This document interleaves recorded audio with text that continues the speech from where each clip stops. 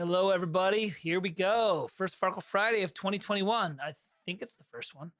So hope everyone's doing well. I'm starting to stumble my way through all this new OBS stuff. I actually have little timer countdowns and very exciting things like that. So that's exciting. And hey, what's up, John? Hey, M-Man, Daga7. How are you guys? Hello, everybody. Say hi, everyone. I'm going to start in just a sec. Just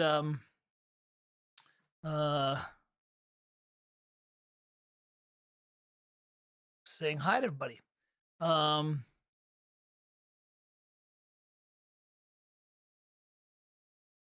we go. Okay.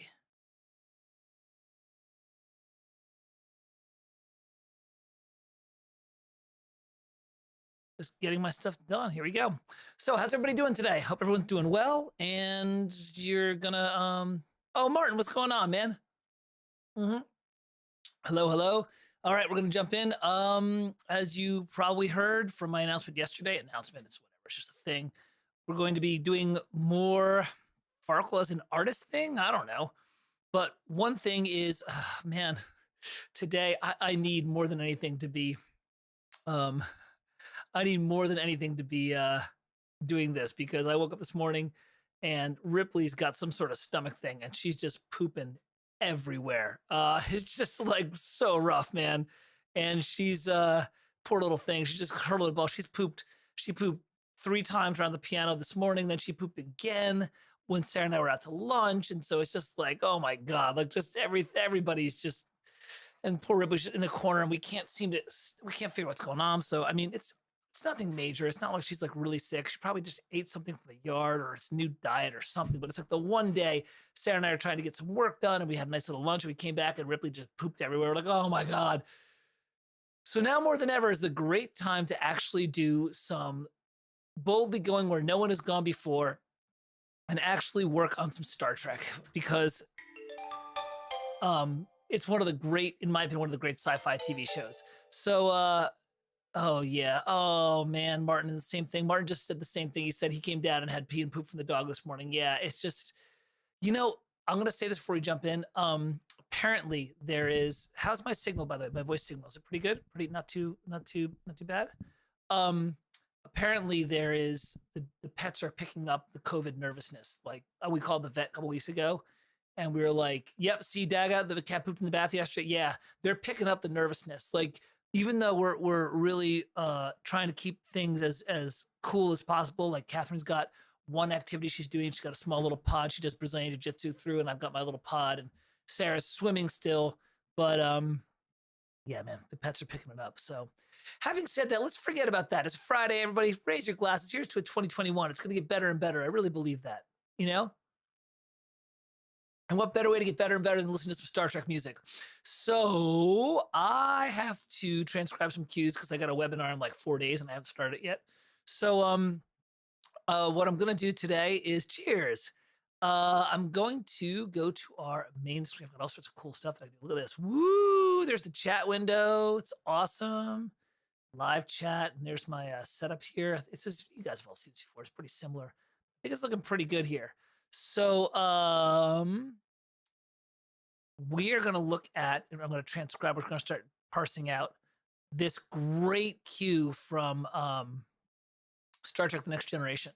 One of my favorite composers for television. There's probably my 2 favorite composers for TV are Ron Jones, who, if you've not seen him, you need to just look him up. That dude is a force of nature. His big credits include DuckTales, which if you're like, oh, DuckTales, no, go listen to the DuckTales score. It's amazing. Like, not the boom, bum, bum. I mean, that's great too. But he did Star Trek The Next Generation along with Dennis McCarthy and Jay Chataway, and then went on to be one of the 2 composers for The Family Guy. And he's just so prolific and he's so good. And the other favorite TV composer, I think, well, I got a couple. Stu Phillips is amazing. Joe Harnell. Who is it? Joe Harnell? The guy who did the stuff in the 70s. But Bear McCreary, his TV stuff is great. And everyone's like, oh yeah, Outlander and Black Sails. I'm like, yeah, that stuff's good. I like his stuff, but I love Sarah Connor Chronicles, Cape, and Agents of S.H.I.E.L.D., Human Target. That dude has his shit going. He's the real deal. At least he is from my vantage point outside of Philadelphia. So Anyways, so here's what I'm going to do. I'm going to transcribe this because I need to transcribe the stuff. But I kind of, ordinarily, I try to transcribe down to 4 staves or 8 staves. But today, I think I'm going to do it direct to orchestra and see how this works, see if we like it or not. If it sucks, I'll just do it, then I'll reduce it later. But if it sucks, I'll reduce it later on. But it's kind of fun to hear what's going on with this. So this is a battle cue, and let's just jump in. I need to start figuring this out. All right, let's take a listen, see what's going on with this.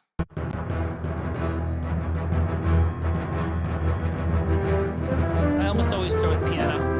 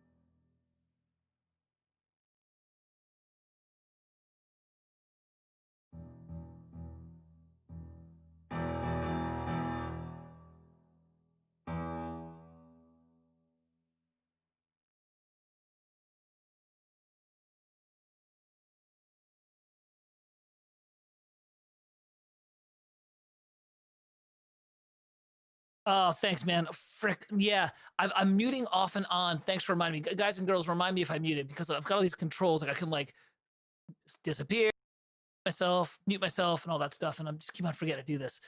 Thanks, man. Thanks, Dega. All right. So yeah, you're muted. Martin, I was like, transcribe. Yeah, I've done transcriptions before over in earlier Farkle Fridays, but now I'm doing the one where I'm transcribing what I want to transcribe. So I'm just going to jump in and get this thing started. Yeah, it's crunchy, man. I love this shit. This is great. So people like watch this. I don't know why. I think it's like watching paint dry, but like, you know, it's kind of cool to hear what's going on with this. 1,000. I gotta get a timing on this. Let me get this first thing going, then I'll get the tempo going. Dun, dun, dun, dun, dun. All right, I'm just getting the piano because I know the piano's in there. Just gonna get the first 2 bars. All right. Yeah, I missed all the swim, motherfucker.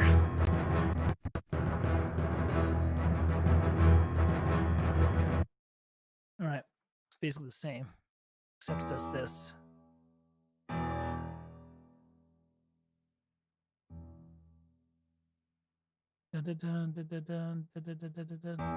This is the good and the bad part about Note Performer. It recognizes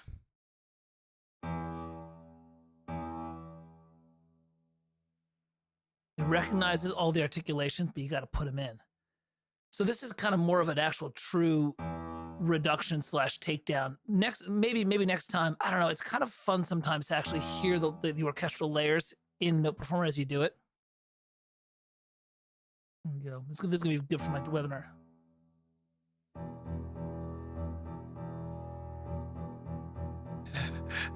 Well, that tempo is for shit. Just get my metronome. I'm too tired, and I also had a margarita and a I had a margarita, and I'm on my this is my second bourbon and diet, so I'm like, I don't care. Just like, oh god. Let me get a metronome here. You guys can all see this here. Oh yeah, thank you, Daga. Book 12 and first. Daga said, I lost your video that you're doing an album. Yeah, I'm really excited about this. It's very cool. Thank you so much. I'm super excited. And sometimes I'm going to be doing my own stuff. Sometimes I'm going to be doing, in this case, there's a sci-fi stuff that I want to do. And I need to transcribe this stuff because I just also want to talk about stuff that I love to talk about. I love the Star Trek TV music. Okay,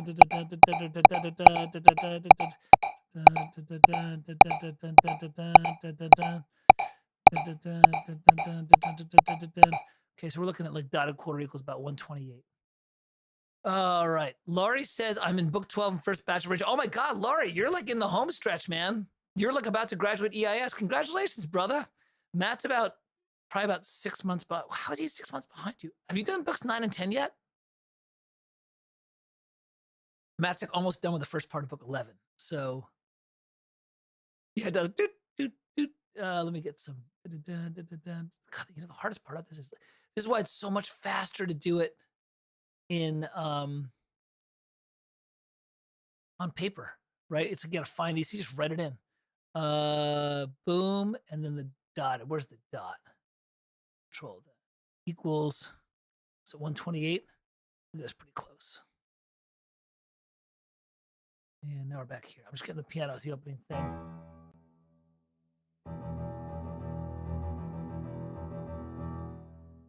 It's pretty good. Don't worry, I'll add articulations later. Let's make this. I just want to get it close. There'll be accents and marcatos here. There's marcatos in this, definitely. Split the difference, 122, and then we're moving on. I don't want to deal with this. Let's get the orchestral doublings going. By the way, look at how much value he gets out of a freaking rhythmic pedal point. 11, 9, 10, 11, 8. Oh, well, you're way ahead of Matt because Matt hasn't done. Yeah, Matt's finishing up book 11, so he's like got to do 9, 10, and 11A. Yeah, that's awesome, man. You're gonna join us, man. You're gonna be an instructor.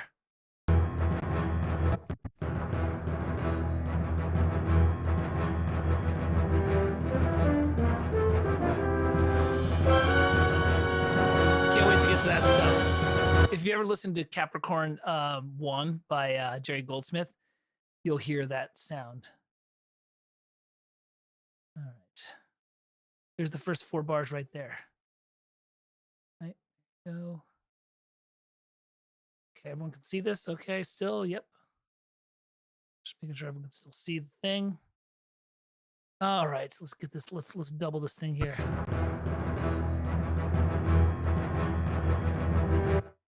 All right. So ordinarily I'd have this in a reduction, and here's why. I know there's a timpani in there.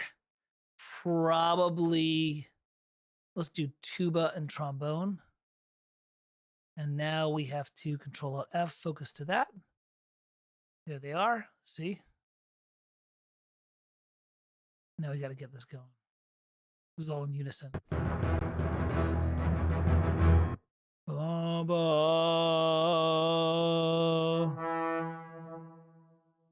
right, let me see what octave the timpani's in. Yeah, this is how you transcribe, dude.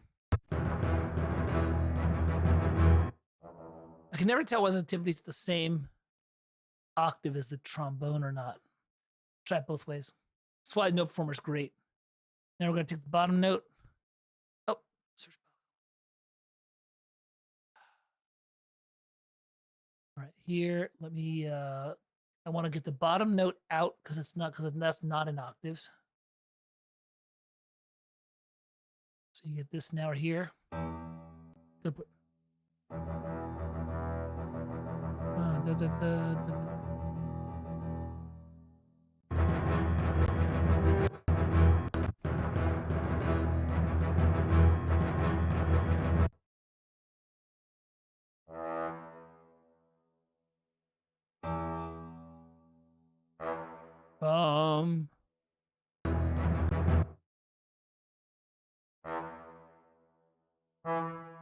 Whoops. Whole thing's an octave up. Oh, I bet you what this is. This is the timpani's the bottom octave and the trombone is the... Dude, the hardest thing about transcription is what freaking octave everything is in. That's the hardest thing about it. That's why I like doing this with note performers, so I can hear what the hell the octaves are.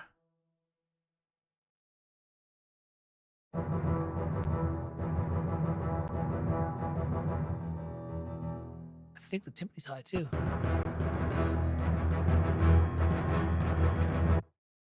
Nope.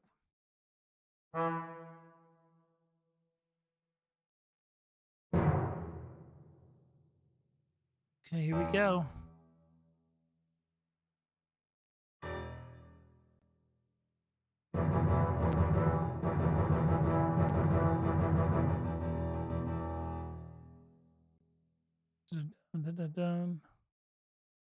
This is an accent. I'm not gonna go hog wild. I just the ADD guy in me, or the OCD guy in me wants the accent. Where's my marcatos? There you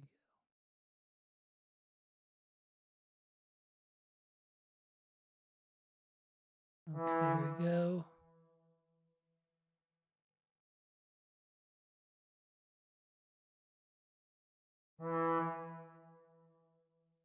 That's gonna be correct. Whoops.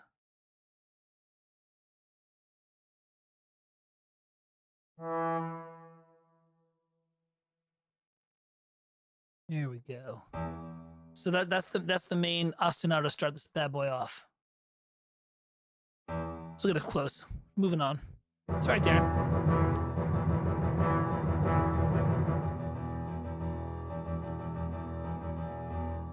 Yeah, probably if I'm really smart, I'd probably do this.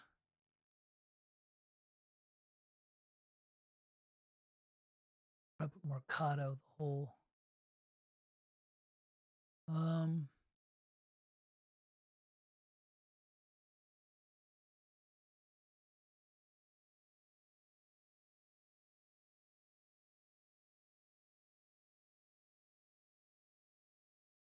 There we go. I want to get more than just 4 bars done. All right. This is all the Sibelius tricks you do. So I'm going to filter out the notes. I just need the notes. And then I'm going to repeat that. There. Here's Ron Jones's opening groove.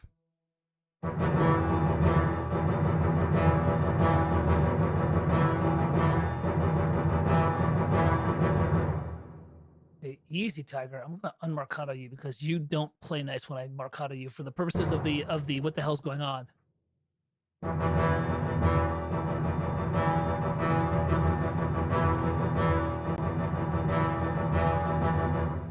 Well, that looks really boring, but it sounds so good when you do it live, which is why you got to trust your writing.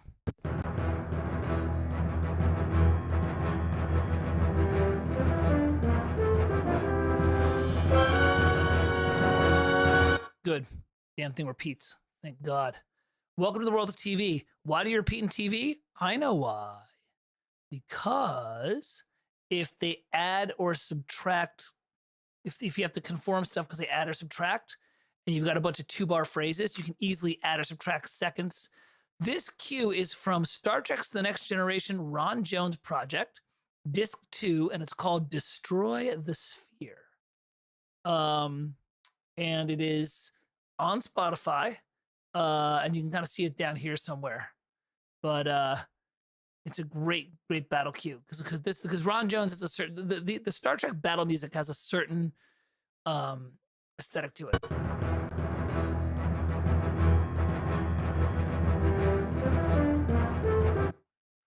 Okay, that's gonna be French horns.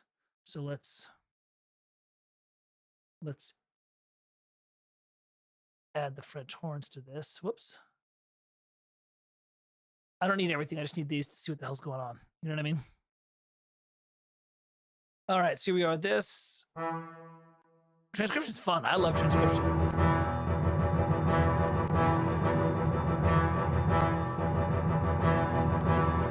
Dun, dun, dun, dun, dun, dun.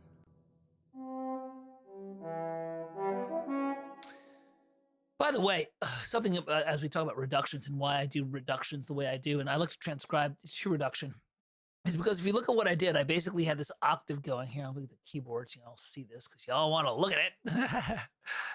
So like, you basically have this going on. Oh boy, thing won't show because no, it will. I just gotta break it out and do this. There you go. Now y'all can see it because this is the main thing. When I go to Sibelius, you lose this. There we go. You got these two E's, right? You might write that in the piano staff and just put piano, plus timp plus trombone. And if I gave that to like an orchestrator like Jason Poss or someone like Brad Fry, the one who runs film score analysis, and I did that, if I gave an octave and said trombones plus timpani plus piano, he'd be like, yeah, I know what you're doing. You're doing that thing that Jerry Goldsmith does and that Ron Jones does. And he would just do it. He put the trombone on the top. He might have the tuba on the bottom. But the point is, you only need one gesture and you just tell him what instruments. And this is a very TV thing. If you like Bernie Herrmann and Jerry Goldsmith and Ron Jones, that's how they do it. People are like, well, I got to write to full score. I'm like, well, only if you're writing, most people don't need to write to full score when you're composing. You can compose to sketch. If you write to full score, you're a better composer than I am. All right, let's get what's going on here with this.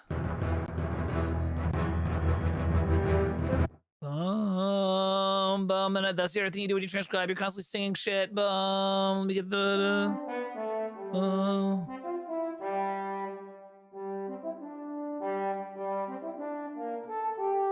Yeah, there's that. Great, there it is. So he's already polytonal.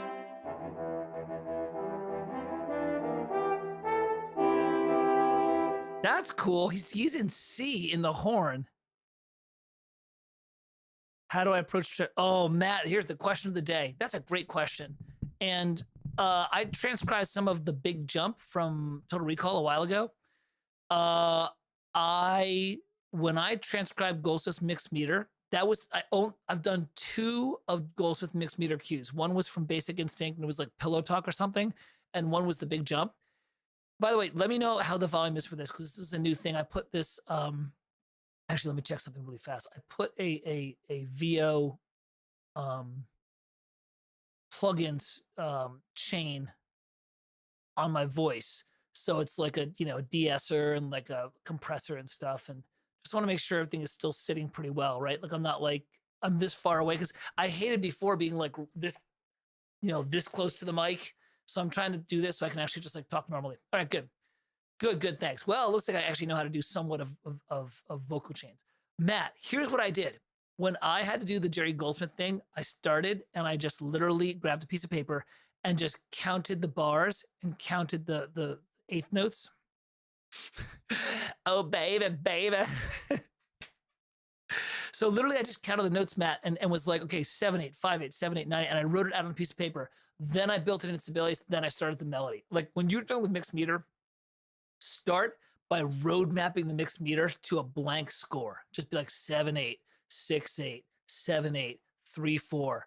And how do you know what to count? Well, when Jerry does his stuff, the best thing to do is to count to eighth notes. And if you have eighth notes that are like 4/8 or 2/8, it's probably like a 2/4 or a 1/4 bar. You know what I mean? Like count to eighth, like dun dun dun dun dun dun dun dun dun dun dun dun dun dun dun. And the accents will oftentimes tell you where the downbeats are. And the last thing I'll say is have your list of the most common time signatures and group them to that. Don't be like 2/8, 1/8, 3/8, 1/8. It's probably like a 7/8, 5/8.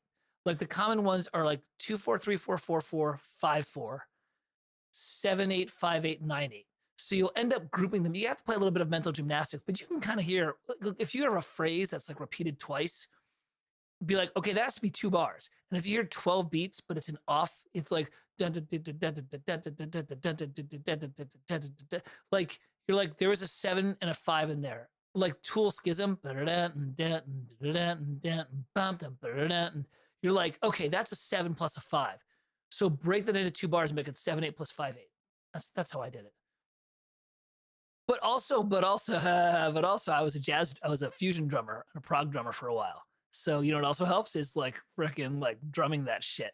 Like drum like Nuclear Burn by Brand X, or like Cinema Show by Genesis, which is in 7/8, or Apocalypse in 9/8, or anything by Neil Peart by Rush, God rest his soul. And you get real fast at counting fucked up time signatures. Here, let me jump in here on this. Does that make sense, Matt? Does that answer the question a little bit? Man, I love prog rock.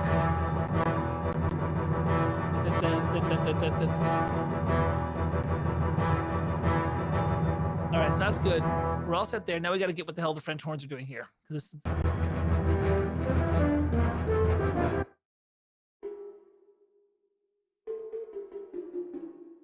Oh, sorry. Not going to be exact.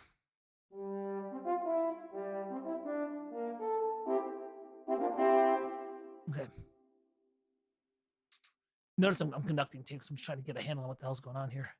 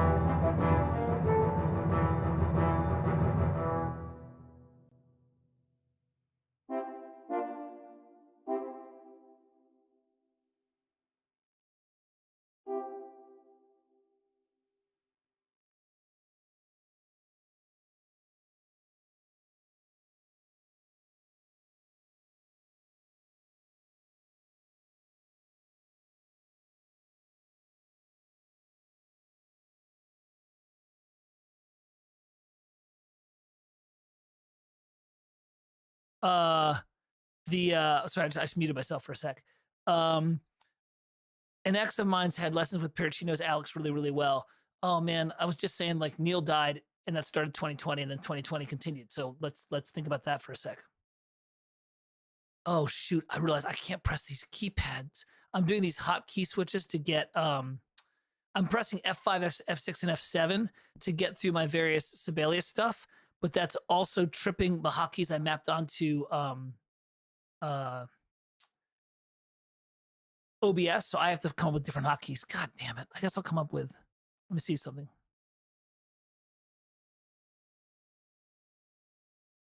Oh, Jesus. Because Sibelius has hotkeys mapped, I got to think of something. Oh, God, everything is hard. All right, so well, we're back to this. You guys can all hear me, and girls, right? I'm trying to find some Milan cues, and I'm assuming it's mixed meter since it's Goldsmith starting in the deep end. Matt, start with Goldsmith. You know why Goldsmith is good to start with?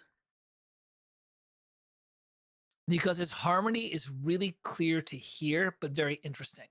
Johnny's stuff is really hard to hear. It's really interesting, but you kind of have to have the score. Like, what the hell's going on? Like, I don't know if you ever see, go back on my Farkle Friday. I transcribe Tales of a Jedi Knight, and you see me really struggling with like, are those strings in thirds or sixth plus an octave? Like, it's real subtle.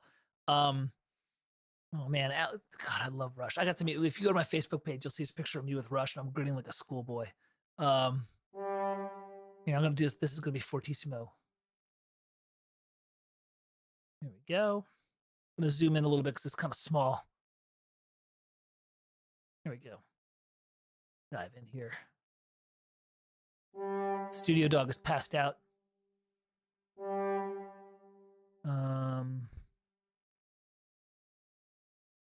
Do this. Right, and that's good. It's because it's like, that's why I like transcribing Goldsmith. Okay. I need to go here. Oh man, I can't press these things. Are gonna.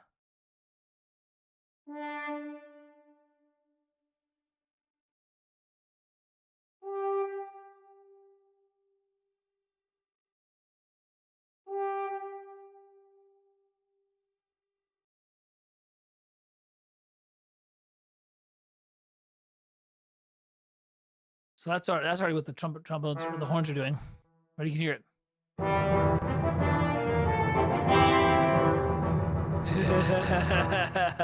This isn't hard to do.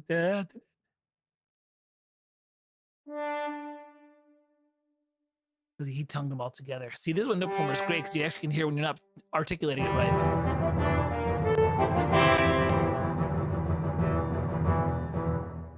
Actually, let me get rid of this. I'm gonna do this. It'll be easier if I didn't have to stream because I have to. There we go.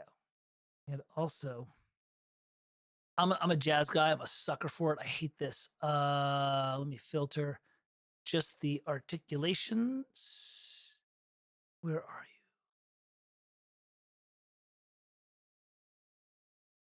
What are the articulations?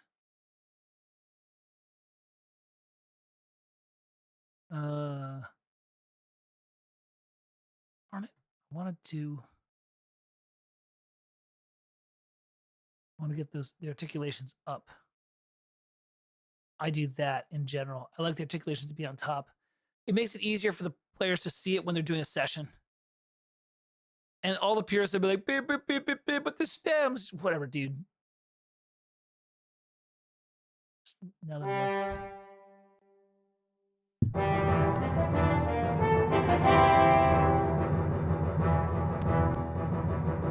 got that. Michael Bow, how are you, sir? I just talked about Neil Peart and Genesis. Is this true Star Trek music? There's a blaster. Of course it's Star Trek music because there's about to be a polytonality. It would be Star Trek if there's going to be, there's not polytonal chords tritone apart. Casimir, effing MBETs, fucking MBETs.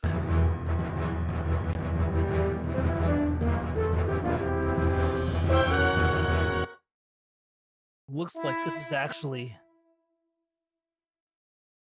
done. No.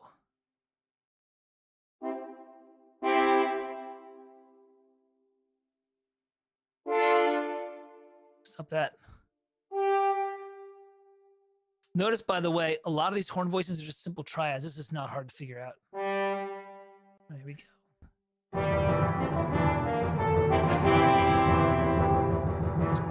Oh, let me be a dick and actually notate this correctly, which is forte piano, and then hairpin to fortissimo because it's TV. Ron Jones used to call the brass the now instrument for the now moments. When you need to like really sting something in a TV cue, the brass is where it's at.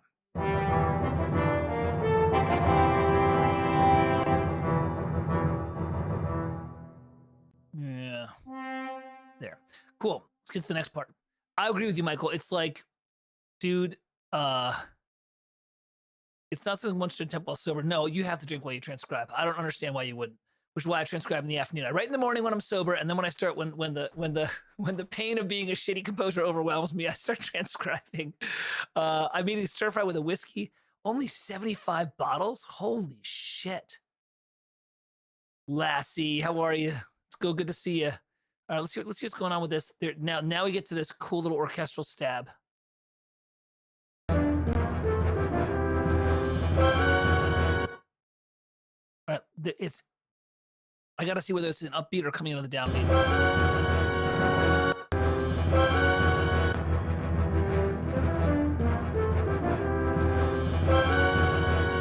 Okay, it's happening here.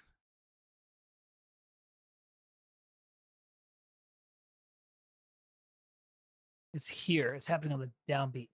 So now I gotta undo this. And let's hear what's happening instrumentally here.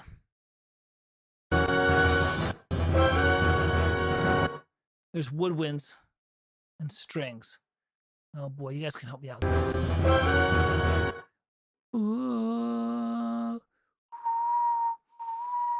Ooh. Ooh. Yeah, it's a tritone. Of course it is. They always use freaking tritones in this. If you ever want to write Star Trek music really fast, well, you'd see this in the webinar. It's freaking tritones. All right. I'm gonna play this. There's something in Sibelius you can do. I can't be bothered to remember this, but you can get it so the names of the things show up in blue while you're moving. And there's bells in here. Oh God, this is part of what orchestration drives me nuts. It's like it's all the doublings. See, I put orchestral bells and tinkle bells. Tinkle bells. Tinkle bells. Tinkle bells are funny. All right, let's see what sample they give me for tinkle bells. Can I use a trichord type tritones? Yes. Yes, Jim.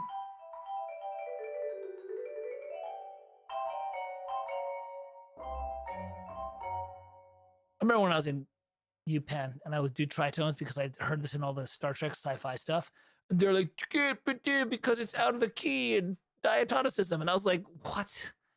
It's like, that's bad writing. I'm like, yeah, tell it to Jerry Goldsmith. I was like, fucking classical composers. So limited. It's like going to martial arts and people being like sparring with karate guys. They're like, you can't kick me to the lower thigh. I'm like, I can't kick him to the lower thigh. This is not fair. I'm like, fair? Kick him to the lower thigh again.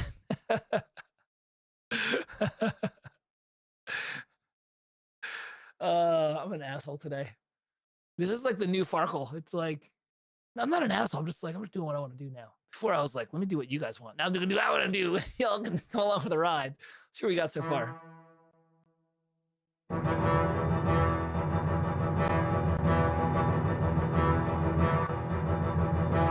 Yeah. Ta-da! Right. Jeez. This looks so much. Oh, you know what? I need to view this as a panorama. So I can see what the hell bar we're on. That's how you do it. There we go. Now we know what bar we're on at least. There's how you do it. You have to be in panorama. That's what it is. Ta-da!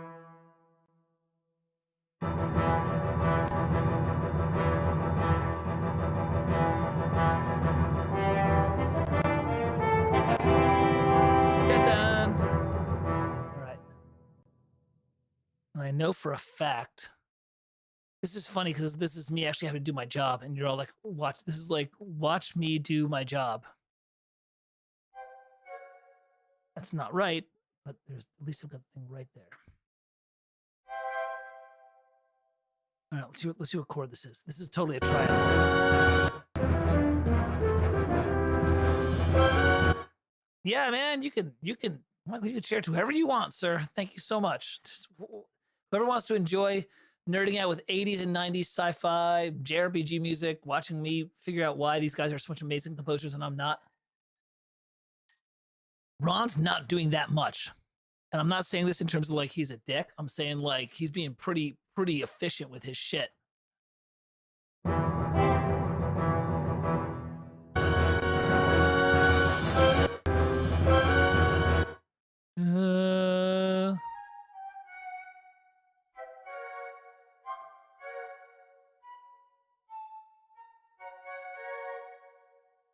What that chord is there?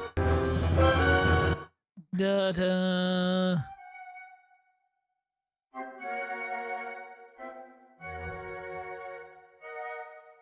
Is it a G flat major?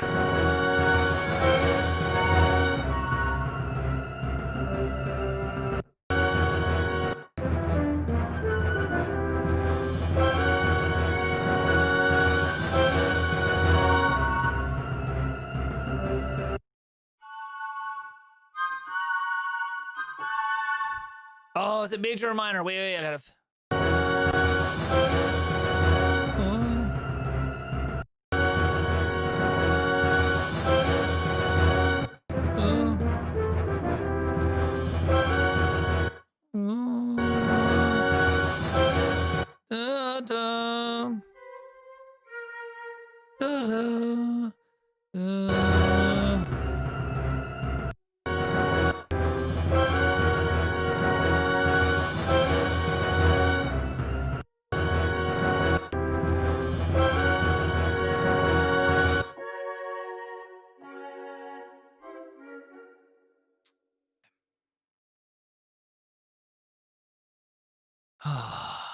I've got the chord now. I gotta get the right thing in this. Let's just do this for right now. So I'm just getting some almost like temporary placeholder because I just need to get it like correct. Here we go.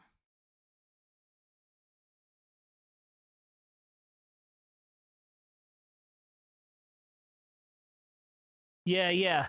Richard, go have fun. You're seeing this is totally cool. I'm just doing this. This is just me working. You know what I mean? Go have a great night with the wife. Say hi to her. I'll see you Tuesday, brother. Take care.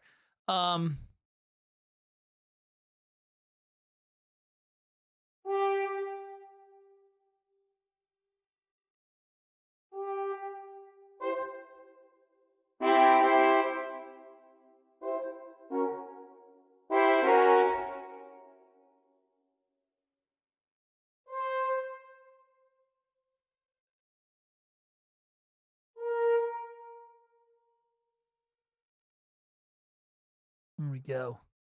Yeah, man, there's Michael, I'm a huge fan of transcribing, and you can, even if you don't get everything, you can get so much out of it.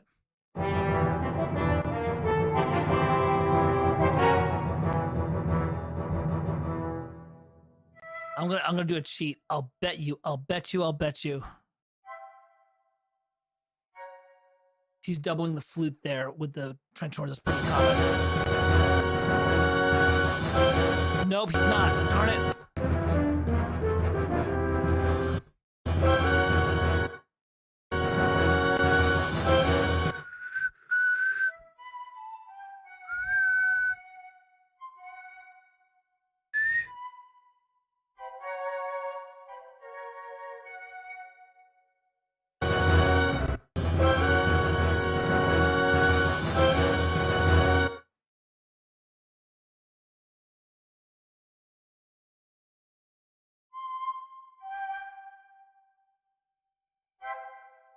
Oh, he's doing that trick you do in jazz.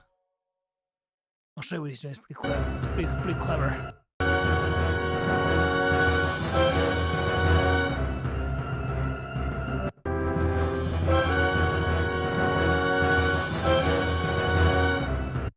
This is kind of cool.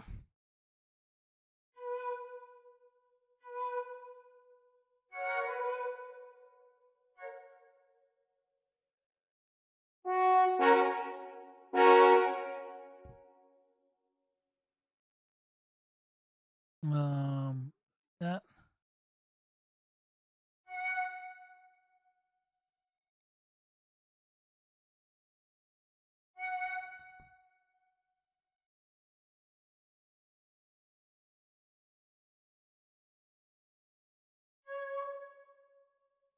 Oh, shit. Now you do this. Bring this up because that's what basically is happening here. It's your classic like double hairpin. This is the kind of stuff you should always remember to do with MIDI mockups. It's actually like, ride the mod wheel, like get that volume swell going.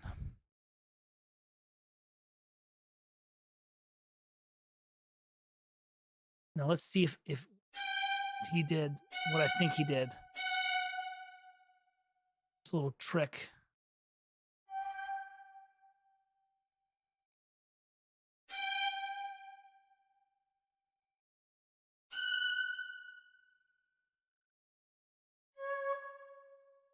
Let's see if we did that. So what happens is a lot of times what a TV composer will do is they'll take the top line of the chord stack and they'll double it an octave above. They don't have enough instruments to double the triad. They can do the first one. So maybe I'm kind of anticipating something here. I nailed it. I knew what this guy did. I fucking know TV music. So let me check the thing. I want to do Jeff Wayne's Eve, The War Next, the orchestral version. Jeff's composer, sound engineer, is a student of mine and gave me front row tickets to War of the Worlds, and you got to meet Jeff. Very cool. Oh man, Mike Wu and Salubrious Circles, and another band name. I'm on fire. Salubrious Circles, boy, there's a great prog band name. So look what I did here, by the way. Look what this is. It's a triad with the flutes and the violins, and I just did this. Okay, look.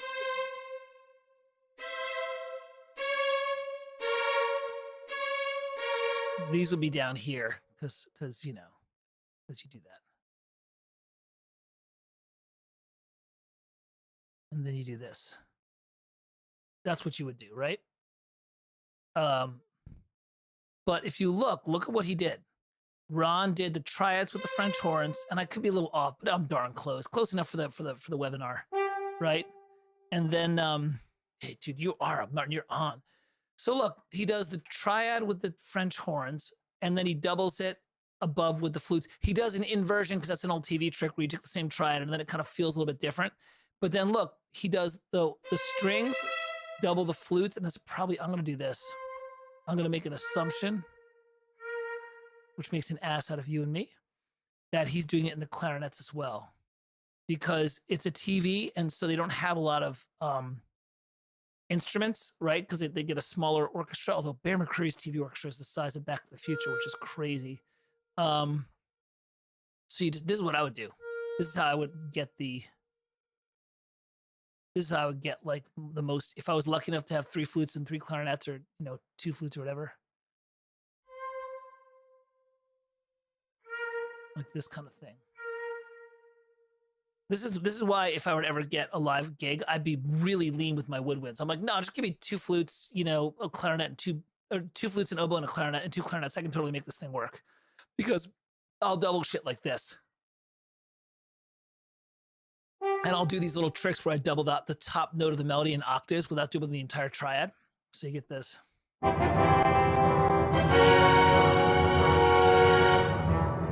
That's, dude, that is damn close. Close enough for the transcription, right? Oh, damn it.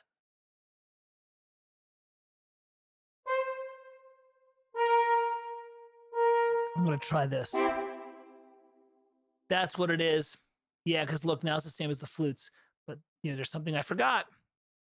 Welcome to orchestral doubling, which is...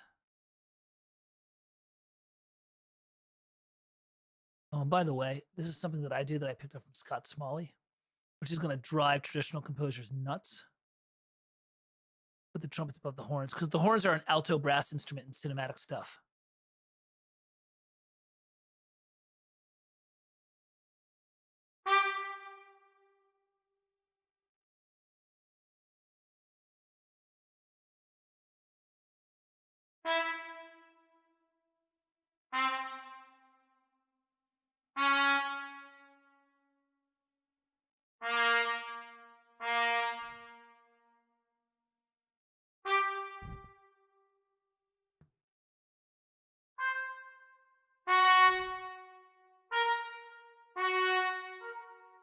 There it is.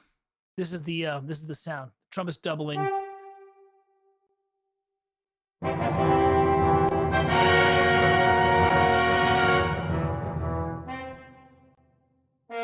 That's not there. That's not in the thing. It's too big. You wanted to do a triad. Let me listen. Hi, Yuval. Hold on one second.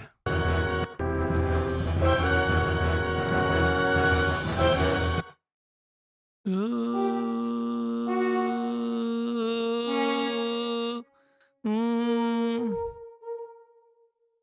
No, I was right. Just the horns. Was it?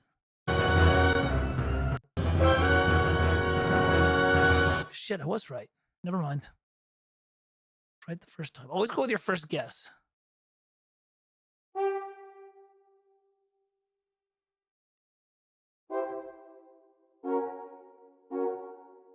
And then this happens here.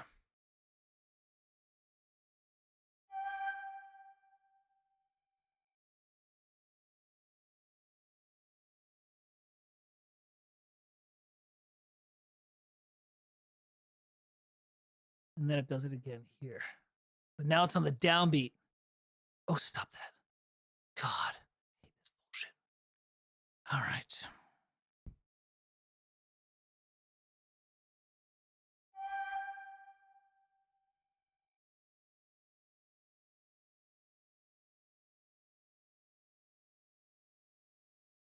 There we go.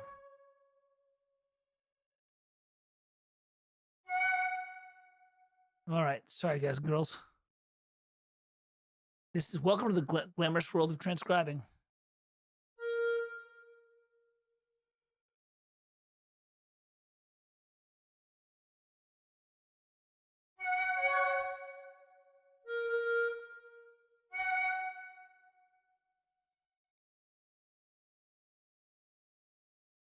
This is what you do.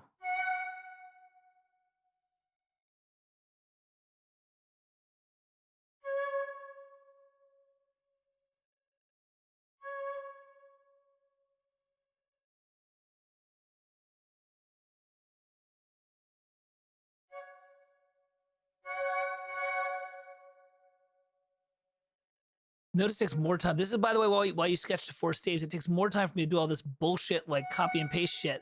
If it was just one staff, I would have said triads and I would have put 2 flutes plus clarinet, and Brad would have been like, yeah, I know what you want. You want this. You know? It's like, Jesus, it's not freaking hard. No. Oh, God. I feel bad because I feel like you're watching paint dry, but it's like, look.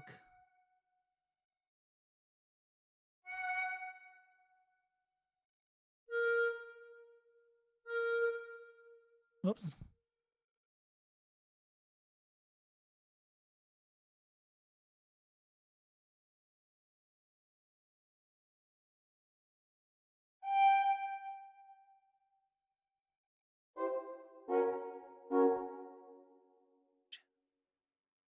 I want to do the thing where I do that. I wonder this, isn't it? No. What's the one you replace? There it is. Okay, so here it is. Hey, not bad. I did 8 bars already. I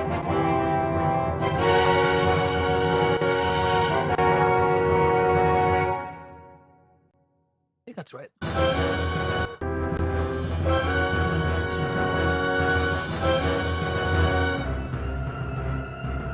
Oh, man. Oh, God damn it.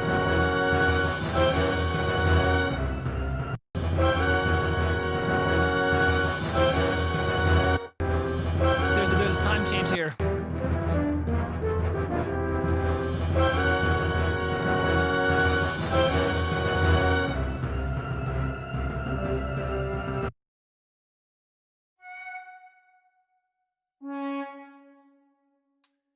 Here we go. Now we have fun with this. Because guess what this measure is? Who's my Michael? Who's my multimeter? This is a 9/8 measure.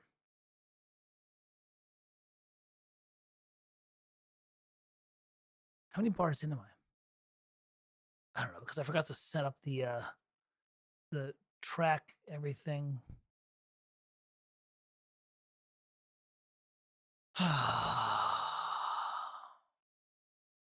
I'm not bad. I'm pretty darn close.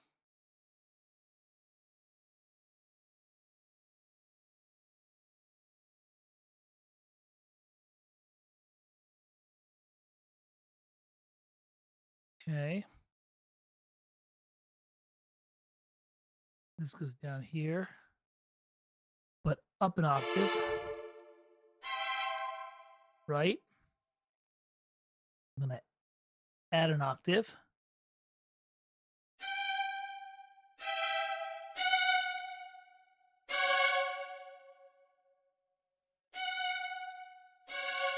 Oh, if I, you know what, mistake on my part. I would probably.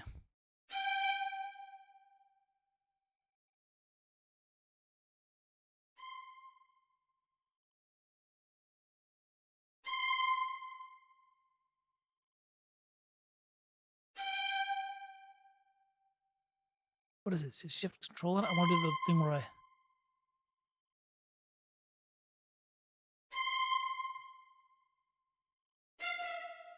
No. There's something where you can actually.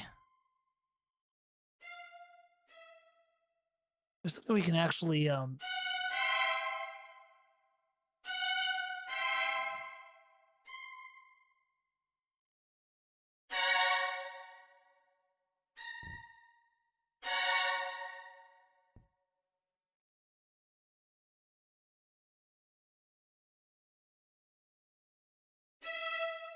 Here we go. All right, here we go. That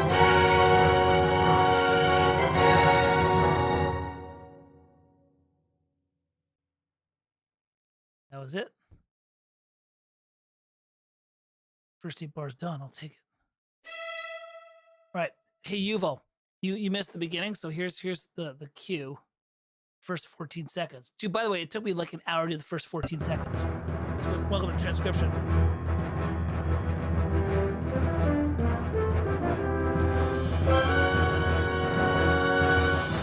More muffins. Oh yeah, I'm saving. Oh, did you hear the Celeste/orchestral bells? No, I said tinkle bells. It's not awful. It's a glockenspiel. Let me add that just because we're being a perfectionist here.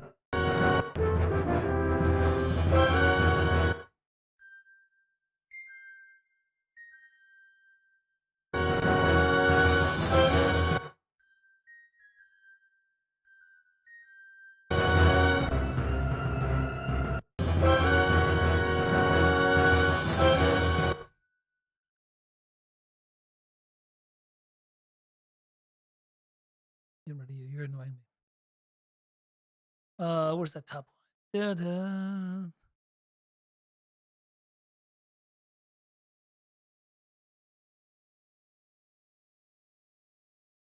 This is when the sketch becomes really useful because now look at me, I'm just scrolling up and down and copying shit. So much easier when it's like.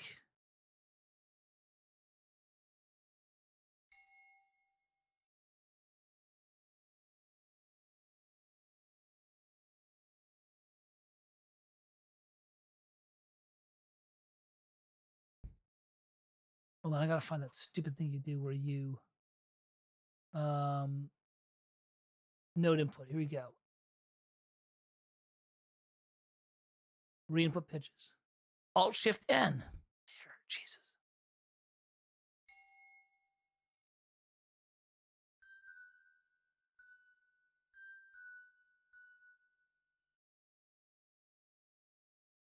Up an octave. Now you can hear that little bell chime. By the way, classic TV orchestral texture. Hold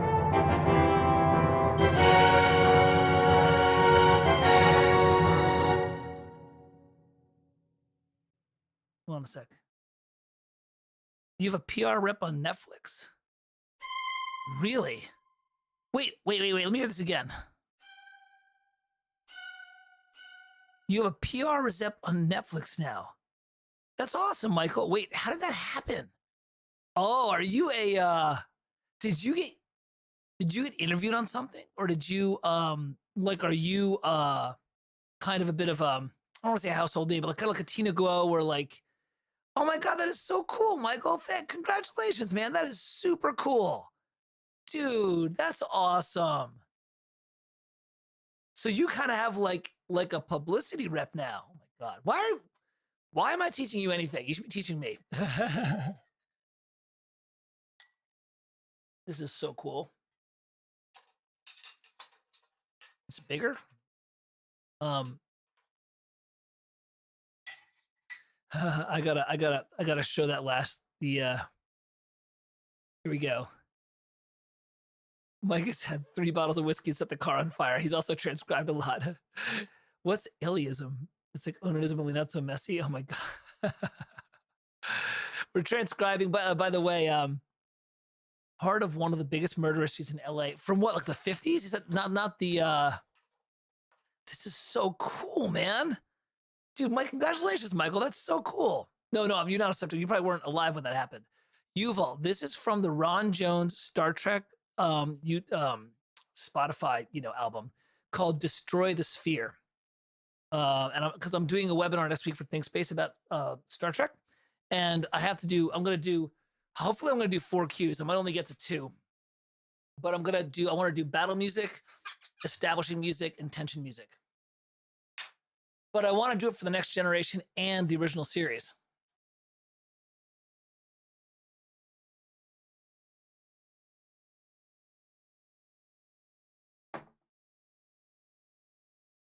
I'm really biting off a lot more than I can chew. Yeah, it's called Destroy the Sphere. All right, I'm going to check it out on Variety. Hold on, I got to take a break and say hi to Studio Dog. I've got about half of an hour more in me. Then I have to get downstairs because I promised Catherine I'd work with her on her book. And I was supposed to start at 4, but everything got pushed back because Ripley kept shitting everywhere. Hold on a sec. Oh, Studio Dog. Oh, God.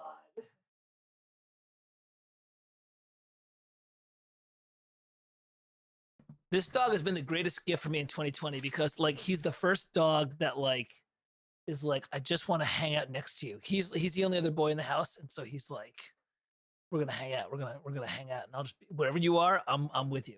He just follows me. It's so good, and he just is like this big little snuggle bug. So here we go. This is pretty good. Yeah, he's so chill.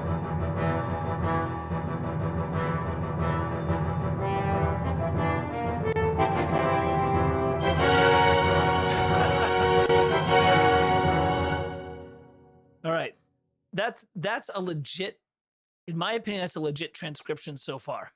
Where are we at here? 1, 2, 3, 4, 5, 6, 7, 8 bars. Not bad. By the way, dude, it is not hard to see how simple this is. This is very TV scoring in the way that I like it. You've got right now 2 main ideas. Martin is busy looking at me. Michael, that is awesome. I'm really super happy for you, man. I'm super.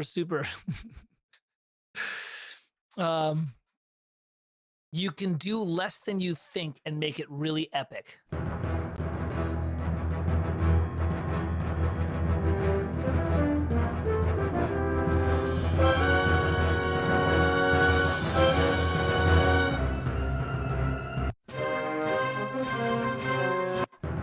Jesus, man, they are really milking the Goldsmith theme there, aren't they? It's like, oh my God.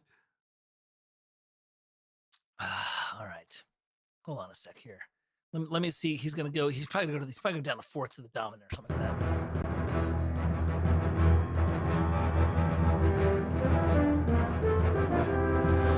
Oh man, I know. I actually, one of the professors, one of the instructors, looped me in with one of the orchestrators / additional music for Discovery and Picard. And I haven't listened to Discovery yet. I listened to Picard and I was like, oh, there's some cool stuff.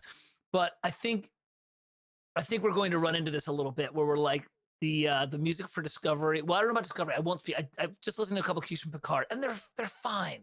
I just think they're not going to be quite as intricate and energetic as this stuff. And so I think we're going to be, well, Jeff Russo's a rocker and Ron Jones and Jay Chataway and Dennis McCarthy are jazzers. And I don't mean to lock it in like that, but they tend to have a little bit more sophisticated harmony. There's a polytonal thing going on here. It's actually like a double polytonal thing, Yeah, man. What's up, Tim? Tim, here, listen. This is what I did in the last hour because I'm all excited. Here's the cue. This is called Destroy the Sphere from Star Trek The Next Generation. There's your polytonal tritone. me just quickly get that key before I play what I transcribed. Dun, dun, dun. Oh, he just went down a third. Okay. So here's what I got. I'm pretty close.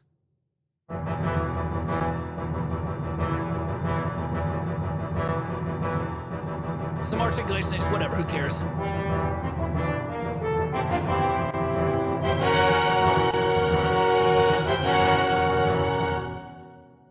Yeah, that's pretty good. And then it goes to a C root, which, by the way, makes sense. I'm gonna now here are the tricks that you do when you're transcribing in a hurry, right?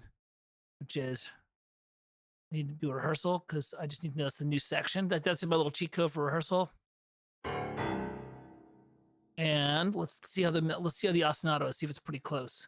Oh, this is an hour for 10 seconds of music, dude. It's faster to write than it is to transcribe. Dude, you better behave. Tim, I'm on bourbon 3 right now, motherfucker. I was like, there's no behavior here. Dude, Michael got this really cool exposure in Variety magazine. It's pretty cool. And you know, this is also when Worlds Collide because a couple of people are here from Brad's channel, from Sickened, who is film score analysis. Mm-hmm. Oh God, I love how everyone thinks of me as a tutor. I'm like, God, most of you guys are better musicians than I am. Actually, you all are. I'm such a hack. I've just been around longer and have just like studied harder. That's all.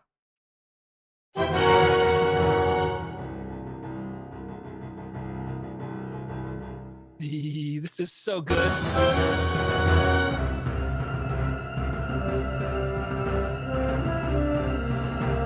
Dun dun dun dun dun dun dun. Oh. It's all messed up because there was that 9/8 bar. Now we gotta get back to 12/8. So let's delete this and let's get this back. That was the problem. Like, why is that not working? I was like, oh, right, because it's still in 9/8. That was by the way, nerd, all you nerds, why, pop quiz to my Think Space people, why would that 9/8 happen out of nowhere? Think about what this TV show was written for. Why would that 9/8 happen out of nowhere? What was happening? Don't overthink this. There's a really easy reason. I know because I've seen it done on TV. I've done it in TV and I've done it in films. You know why.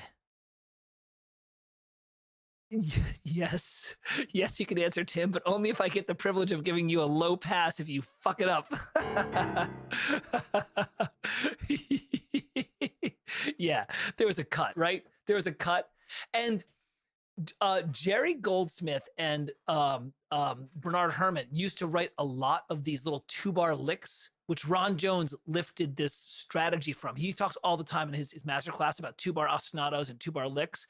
And it's, yeah, Tim, you're like ahead of me, dude. I was like, yeah, it's make it fit. So the reason they write these 2-bar licks or these little like repetitive patterns was in case the conforming of the TV show got messed up. And they're like, dude, we gotta get like another second or a half second of time. They're like, no problem. Make it a 9/8 thing, slice this thing and just drop right in. That's all it was. It was like, that's what it was doing. There's probably a cut, like they probably cut from like the bridge to like them running through the corridor and they're like, we've got to get to the warp core and blah, blah, blah, right? Like that's what you do this for. That's where all these like tricks come from for TV composing is they're just Ron Jones was writing 22 minutes of music a week. Because they would write, I'm not exactly right with the schedule, but like they would write 1 week for 22 minutes. And then the next week they would be recording it. But it wasn't like that. He had to write 22 minutes of music in like 4 days or 3 days. It's insane. And it was like this. It was like legitimate orchestral music. It wasn't, Omnisphere and like, stylus loops. Or I'm dating myself saying stylus. But anyways, which is fine. Okay, but this is, So he had to have these survival things built in where it's like, oh, you just added 3 seconds of the cut, or you stretched this particular pan. Okay, well, just take bar 10 and make it a 2/4 and make it bar 11, and then we're fine. That kind of stuff, Yeah. I can't bust on Tim. He hired me. Like he cuts my check every month, and I just asked him for more work. He's gonna be like, not anymore. Here, let's see what's going on here with this. I want to hear there's something really cool he's doing here. I got to play with. It's kind of cool, which is a very Ron Jones thing. Da, da, da, da, da. 5 flat 6.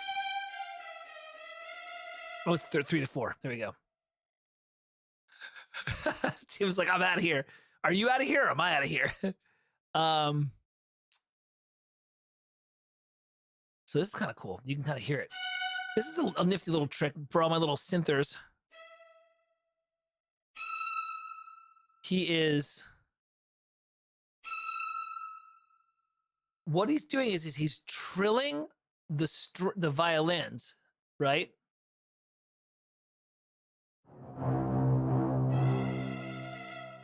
But while he's trilling the violins, overlaying it, he's having a digital synth go just trill like a keyboardist. So you get the shimmer of the strings, because when you trill like 5 or 10 strings, they're just kind of washy. But then he's also got the trill. You can kind of hear it. Listen, it's real subtle. This is the kind of shit you do when you're in TV. Dude, layering synths with a small TV orchestra is like my dream. I'm like, it's just, like, because you get this sound. It's like, same thing with Hercules. I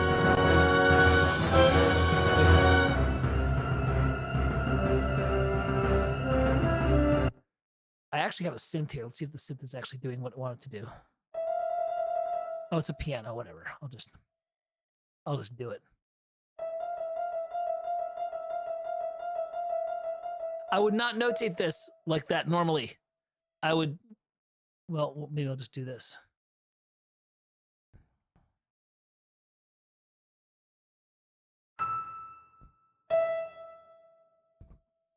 Oh, Tim, you just missed Studio Dog. He was like, just literally just collect. I love when Studio Dog does this. He comes off the chair, and the act of coming off the chair exhausts him, so he falls on the floor. He's like, oh, that was too much. It's just like, now I gotta do this shit with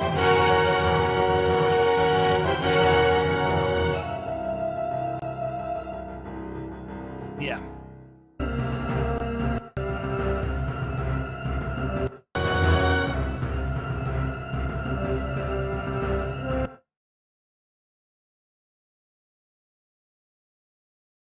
Yeah. Tim, go enjoy time with your wife, man. Like, I'm glad you popped in and said hi. It's good to see you, brother.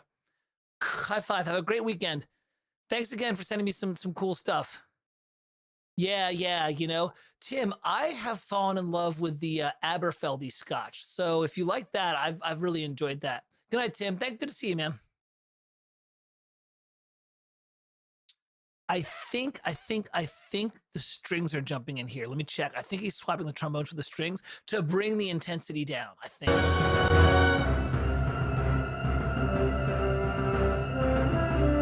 Well, the timpani is still there.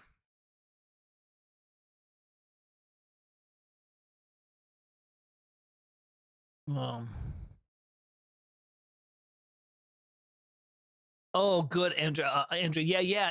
I think it's really good. It's a little pricey. It's like over here in the US, it's $45 USD. But that's kind of what you need to do once you get to the good Scotch. You got to be willing to put over $40, and I think 50 is a good price point. I mean, look, my buddy Keith, who's a doctor, he's got some disposable. He gets the Oban, and it's like 75. I'm like, I'm a musician, man. I was like, I'm really glad I can afford the 45. Let me get the timpani. I think we're doing this again. I think we're doing this. I think he's kept the same texture, but he's bringing it down. Notice, by the way, for you Zimmer nerds, that's not a bad thing. There's no strings, I don't think. This is because when your strings are at a premium, you can fake that chugging sound with brass and with piano. Piano takes care of the attack, and so does the brass. And you're just... So you can gotta get this. So that's a great thing for TV if you want to do live. It's like, yeah,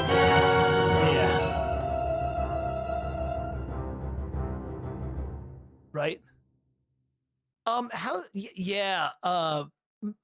Martin, the Oban is really good, man. I gotta tell you a funny story about the Oban thing. A Yamazaki sherry cask I heard Japanese Scotch is really good. They've kind of come into the market, I think. Is that right? I don't know. I've heard it's really good. Good night, Tim, by the way. So Oban, here's the funny story. We do a fundraiser at my local church, and it's basically like a quizzo. But everybody brings food and wine, and we all just go. We throw money in the pot. So it's just a fundraiser, right? It's really great, and we all get pretty lit. And my town is so small; it's a walking town. So the liquor store is a block down the street. So we always run out of wine because we drink too fast. So my buddy Keith and I, who's the doctor, was like, "Come on, Mike, let's get in the car. We'll go in between rounds because you can go that fast, and we'll get more wine." I said, "All right." So we get there and he's like, split up. He's like, I'll get the Prosecco, which, as you know, is like a champagne kind of Italian thing. He's like, you get the red wine. So I went and got 2 bottles of red wine, came back, and it's us and our wives. So it's like me, Keith, 2 other guys, and their wives, a team of 8. So Keith's talking to somebody over in the Prosecco aisle, and he's having an animated discussion, but he's not upset. It's more like, oh, yeah, kind of thing. And I said, what's going on? He's like, they're out of Prosecco. I said, oh, it's a bummer. Now, Prosecco in Philadelphia, well, I live outside of Philly, is about $15 a bottle, $12 a bottle. You can get like a nice functional Prosecco for that price, you know? So Keith's like, yeah, there's no Prosecco. I'm like, that's all right, man. Don't worry about it. He's like, no, I'll just get something else. And then walks over and buys a bottle of 12-year Oban, which was like $85. I'm like, how did you substitute a $12 Prosecco for an $85? And I was like, well, I'm going to have some of that, right? He's like, oh yeah. I'm like, you damn right I'm going to have some of that if you're going to make that kind of mental exchange.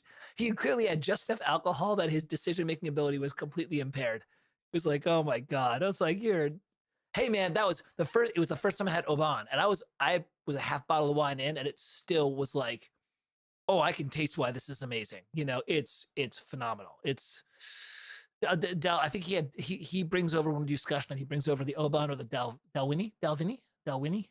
So, hey Helen, what's going on? You're just in time to hear this. Yeah, they're really good. You know what's funny? We're gonna talk Scotch because I do this. I don't like peaty Scotch unless I like the peatiest Scotch you can ever peat. I love Ardbeg, which is like from the area of Scotland that's the most peaty, and they basically burn peat moss and smoke it through the Scotches it's developing. It's like so peaty. It's beyond peaty. And here, Helen, this is what we did for the last hour. But it's so good, and I'm like, I can't believe I like this because it is so peaty, and I tend to like a Highland Scotch, which is a little bit more moderate. But I love Ardbeg. I can only have like 2 glasses. So here it is, Helen. We're doing "Destroy the Sphere" from Star Trek: The Next Generation. And this is the actual cue.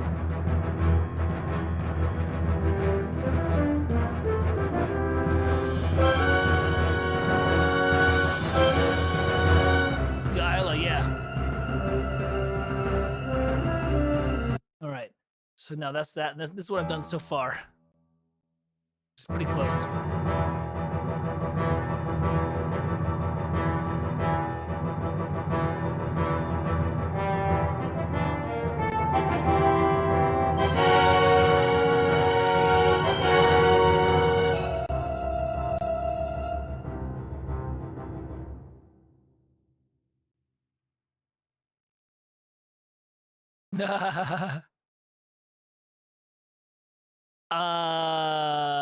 Oh, Helen, legend. Nah, I just gotta look. Here's the funny truth about this. I'm not a great composer, so I had to learn to lift what good composers did. So I got a good ear. I developed a good ear. Plus, I grew up in the '80s, so every time I wanted to learn a piece of music, there's only one way to learn it, and that's record it from the radio, play it over and over again on the tape. So I have a pretty good ear for this kind of stuff. But it's because I'm not a good composer. And everyone's, ooh, I'm like, no, I'm not. I am a serviceable composer, and that's what it is. But you're Irish, I know. So Helen, this is Sibelius using Note Performer, good ear. And I like that for the transcription because it gives me an idea. Ideally, when I transcribe to paper, I do a reduction because it takes so much freaking effort. These guys and girls saw. I had this little, oh, Duke's making chase noises down there. I would get this da-da-da-da-da-da down here, and then I'd have to copy it into the timpani. But if you listen to it, you can hear, you're like, okay, that's the lick composing wise. And that's just piano. So in the 4 staff reduction, I'd write the lick, and then I'd write trombones plus timpani plus piano in octaves, or piano 8 VB. And I'd give it to Jason or Brad and be like, you know what to do. And they'd be like, yeah, I know what to do, because you're doing Jerry, you know? So, all right, let's see what's going on here. He actually lifts the lick here again. Let me see if I'm missing anything when he moves to C. Dude, there's not that much going on.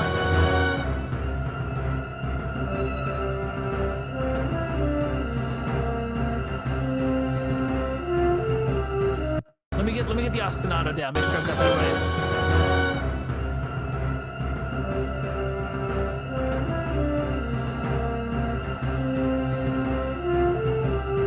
Okay, what he actually does is this. He actually just lifts this lick over and over again.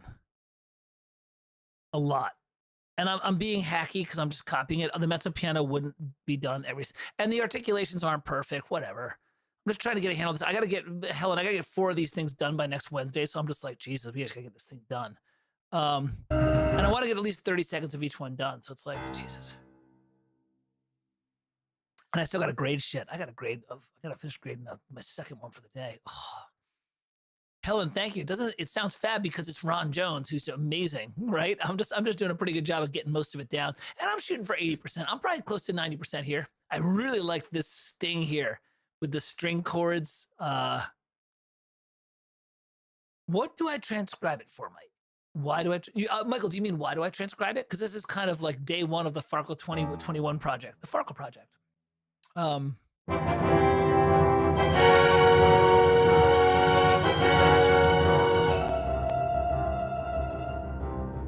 I think that trill's happening. Let me just double check. Let me get the trill going. I'll answer it in a sec.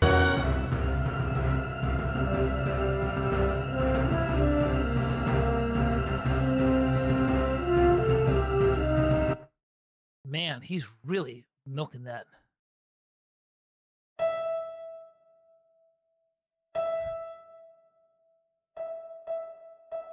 He's doing it for at least 4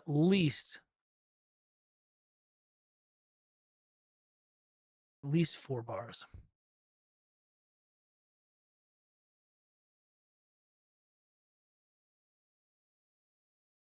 It might be more, but at least get started with those 4. By the way, you can see how if you start writing for television, you can see how these cheats get you. I mean, look, we're an hour and I'm 12 bars in. If I had a live orchestra, this is a really good morning's worth of work. Now you start to see how if you write the score, you can actually crank out a lot of, this is only 20 seconds. Jesus, 20 seconds in an hour. But this would be faster on paper. Michael, you ask, what do I transcribe it for? Do I help for creative ideas? Yes, absolutely. Because there's 3 reasons I feel there's no one suspects the Spanish Inquisition. There are 2 reasons. There are 3 reasons. There's multiple reasons why. Here's why. First, this ties back to my little fun announcement yesterday. I want to write music that makes me feel a certain way and that I hope will make the audience that I'm writing for feel a certain way. So I go to the scores that make me feel a certain way and try and figure out what they're doing. 2, as a composer, it trains me constantly to do less because I can overwrite like a freaking boss, right? And so it's like, this is not that hard. You're not writing, because I got trained, my first degree was in classical, but I was a jazz guy. And so we were getting into real dense Mahler stuff, which is amazing. But part of me is like, it's not that people don't appreciate that. It's not that I can't even write that stuff. I guess I could. I could do a poor man's Mahler. But I'm like, I don't need to do this much to get the emotion and the message across and the narrative across. Be smart with my writing. Don't be big and bombastic. Like there's like that ba-da in like bar 6 or whatever. It's such a great moment. I was like, God, it's so easy. I could have done that like that. Don't overthink it. And 3, it takes all of the harmony that I learned in jazz and equal interval system and shows it in context. Like that, like ba-da against the E is a polytonal structure. And I learned that way back when in EIS. And I'm always like, well, how do you use that? I'm not how, so when you see it, going back to my martial arts thing, it's like when I first learned boxing years ago, I was learning everything kind of in a vacuum where I was like, well, you throw the jab, you throw the cross, you throw the hook, and maybe some basic combos. And it wasn't until I started watching boxers, which I did about 5 years ago, where suddenly I was watching Bernard Hopkins and I'm a huge fan of Manny Pacquiao and Oscar De La Hoya and like all these guys. And I was like, oh, that's how he uses the jab. Oh, I can use it that way. Or, oh God, I wouldn't use the jab that way. That's part of that transition from like theory to composing. It's like how do you use the tools, you know? And like I think it's really, really useful to do this kind of stuff. And yeah, so that's kind of why I do it. Does it make any sense? All right, this. So that's why I do it. Like, and then fourth, it kind of makes me feel like I'm tying back to the great jazz guys. And when I keep on hitting up jazz, not because I don't love rock. I grew up as a rocker. I grew up listening to Rush and Genesis and Pink Floyd, and the jazz that I listened to was Chick Corea's '80s stuff and the Rippingtons and some Brecker Brothers. So my stuff is really pop, but all those guys were just listening and writing. Everything was that. Like it was never like study the score. And study the score is important. You have to because you have so much music to study. But getting your ear good, it's just a good thing, when you can hear what's going on and you can hear how it works. I don't know. I think it's a good idea. It's fun. Plus, it's fun. Yeah, Michael. Yeah, we should be taking elements of our stuff, and it's also fun. It's so amazing. I mean, look. I don't know about you. I fell in love with writing music because I fell in love with music. I just love Michael Bowe and I, by the way, both love Steve Hackett, and listening to Steve Hackett, it's like there's such a mystical thing to him. His stuff is so mystical. His like fairy stuff, the stuff with the double picking 12-string guitars, just makes me feel like I'm in a magic world. And also it's for the webinar too. Yeah, exactly. And also I got a fucking deadline. I got to get this shit done. Oh yeah, Brecker's solo stuff, right? Martin, it was so. What did Michael Brecker is alive, but who's the Brecker that passed away? Oh, you saw Hackett last year? Oh my God. Is that guy not the classiest dude, Martin? He like ages so well. He just looks great. Like how his guitar chops, right? Martin, you play guitar, don't you? Michael Brecker, yeah. So, Martin, don't you play guitar? Because Hackett's guitar work is really, really strong.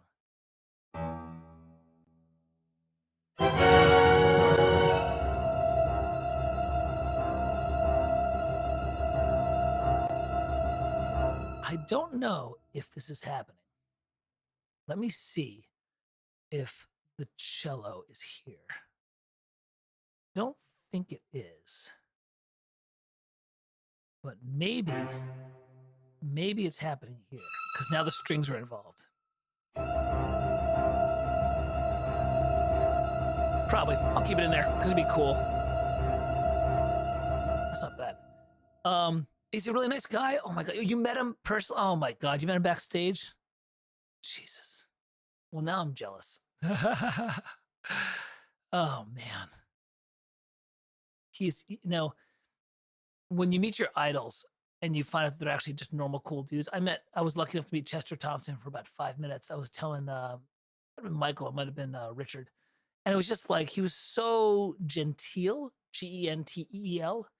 And I was so fanboyish. And it was just great to see this guy who just like, I literally told him, I'm like, dude, I didn't say I'm fanboy. I said, I got to tell you, man, I learned how to drum listening to you on Seconds Out. And he was like, oh, thanks, man. I was like, yeah. I was like, yeah. I transcribed a lot of Russian Genesis stuff. Well, I played it in Prog Man. So here's the, oh God, I haven't played this in years, but I'll hack my way through it. But it's like the whole.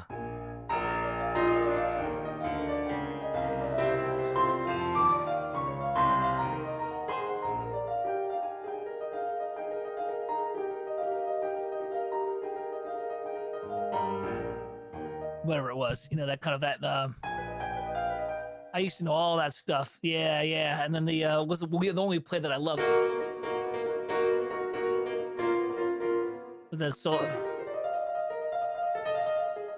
All those keyboard solos. I used to know all that stuff way back when I was in my 20s and wasn't getting laid. Helen's the opposite. She's a classical head with a bit of jazz. So Jelly. You could do gypsy jazz violin? Oh my God, Helen, that's great stuff. That's great stuff. Oh my God. It's gypsy jazz is my buddy Craig Sharmat, who taught me how to compose. He's a huge gypsy jazz guitar player, has a really strong gypsy jazz album out.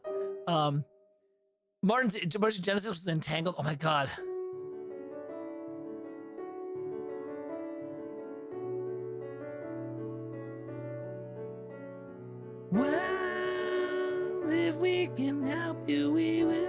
it's so beautiful. It's like, oh my God. Lying on your back in an eye hospital. Oh my God. Yeah. Such a beautiful song, such great harmonies. For anyone who's a singer, go listen to Genesis Entangled. It's really beautiful. It's Phil Collins' first uh, album as the lead of Genesis, because Peter was the singer beforehand. It's really, really pretty. That's a great one. Okay, now in Genesis.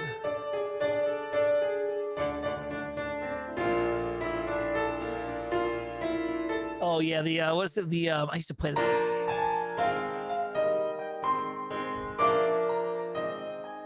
What is it?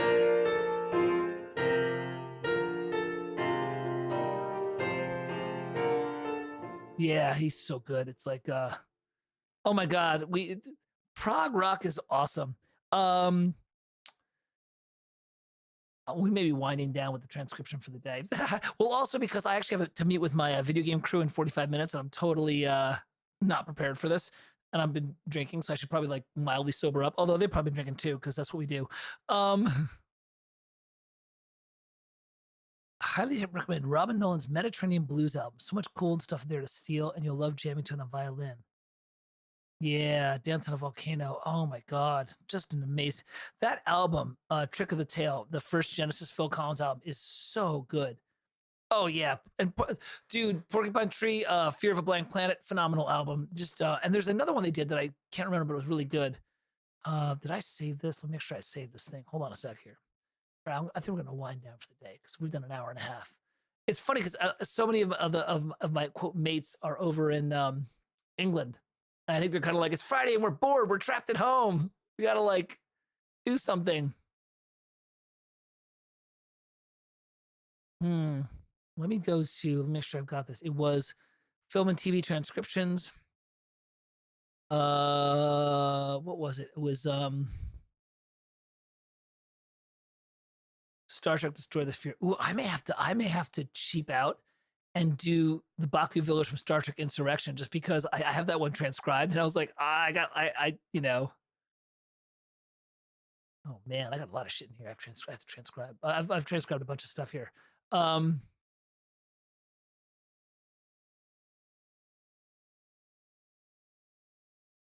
Michael, I love how you're like, I didn't get the Porcupine Tree guy, but I ended up with Nick DeVerglio. Dude, that's not a loss. I was like, his stuff in Spock's Beard is amazing.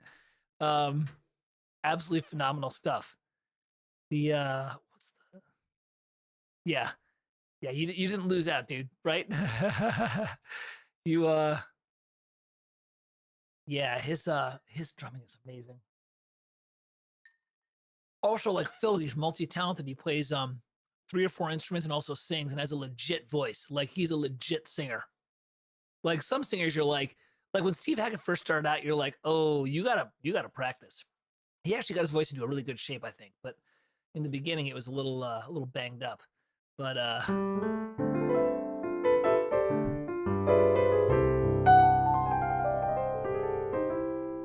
yeah, I'm gonna wind down with this. We'll take a couple minutes and kind of wind down and chill and just shoot the breeze.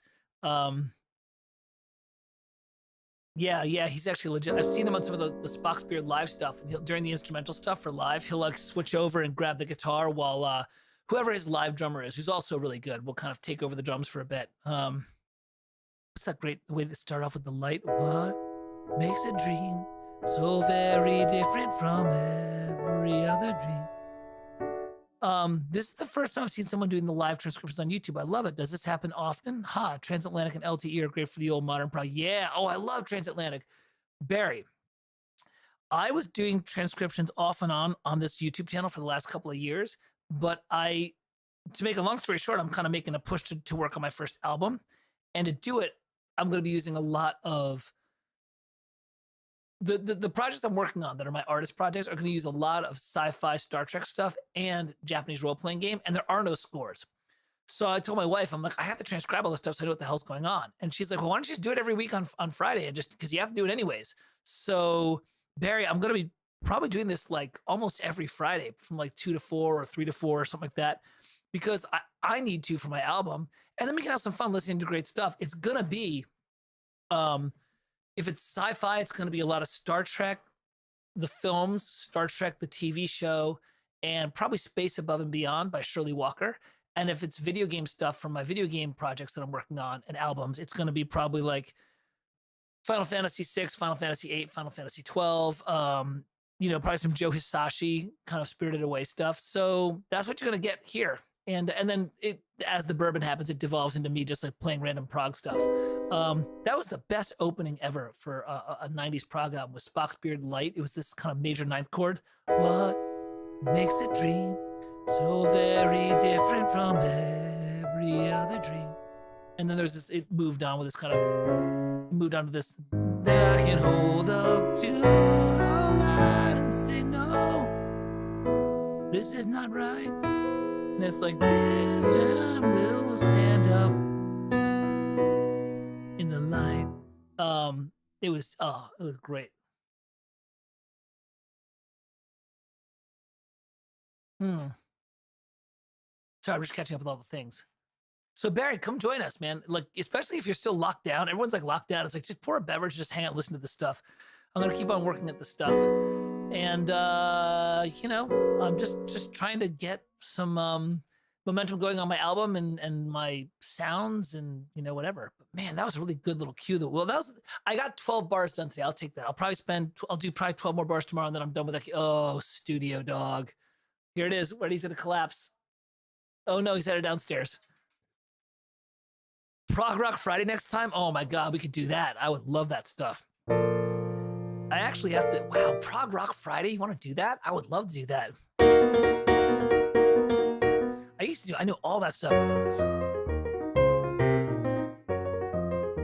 I played in all these prog bands and the whole like, yeah, all that stuff I used to play. All that Yes and Genesis and Pink Floyd. Funny enough, Rush was the first band I fell in love with, and they're awesome, but they're not great keyboard players. So I was playing with Subdivisions, right? And I was like, oh yeah, I'm playing keyboards. And my buddy was like, you ever listen to Yes? And then I listened to like freaking Emerson, Lake and Palmer, and I was like, I can't even play what that dude was doing. There's a gig. I'll tell you about the gig at the next. Maybe we'll do a Prog Rock Friday.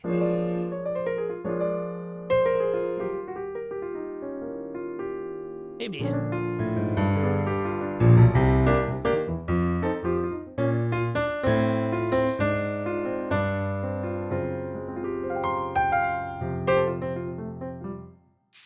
Focus. Nope, I'm done. I've been drinking. It's been an hour and a half. It's been almost 2 hours. I'm calling it. I gotta go downstairs and play with my daughter for a bit, and then I gotta go meet with my video game studio. You guys got a fun hour and a half. We had a good time, and we listened to a really cool little battle cue. So Prog Rock Friday next week, maybe? Oh, the band. I thought you were saying to me, oh, I'm all ADD now. Oh, here comes the other dog. Ripley's had a really bad day. She's pooped like 3 times in the house. And it's just, poor thing. She's got something. She ate something she shouldn't have. It hurt her digestive system. So, Hey, Helen, have a great night. It was so great to see you. Oh, thank you. Yeah, we'll talk later. We'll talk later this week. And it's great to see you. Yeah, everyone get a good night's sleep. It's probably like closer to like 10 o'clock for you guys. Oh, thanks, Martin. It was fun, right? We'll and by the way, for all you Think Spacers, there's another Think Space music hang that Emily and Richard are driving in a week or so. So yeah, do it. Go for it. Take care, Martin. Martin, check the Think Space, Discord. There's a private sorry guys, Discord people only, or ThinkSpace only. There's a private listening session next week, which we should do. All right, I'm gonna call it. This was good. This was fun.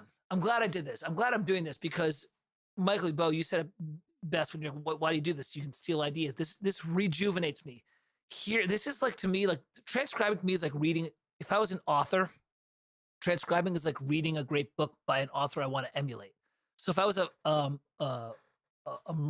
horror author and I wanted to work, reading Stephen King and reading Dean Koontz for me, gets me excited about writing this stuff because it's draining to write music. It's not hard, but it is intense. You're putting a lot of yourself out there. So this is good. I'm like, I was having a lot of fun hearing this and being like, yeah, this is pretty cool.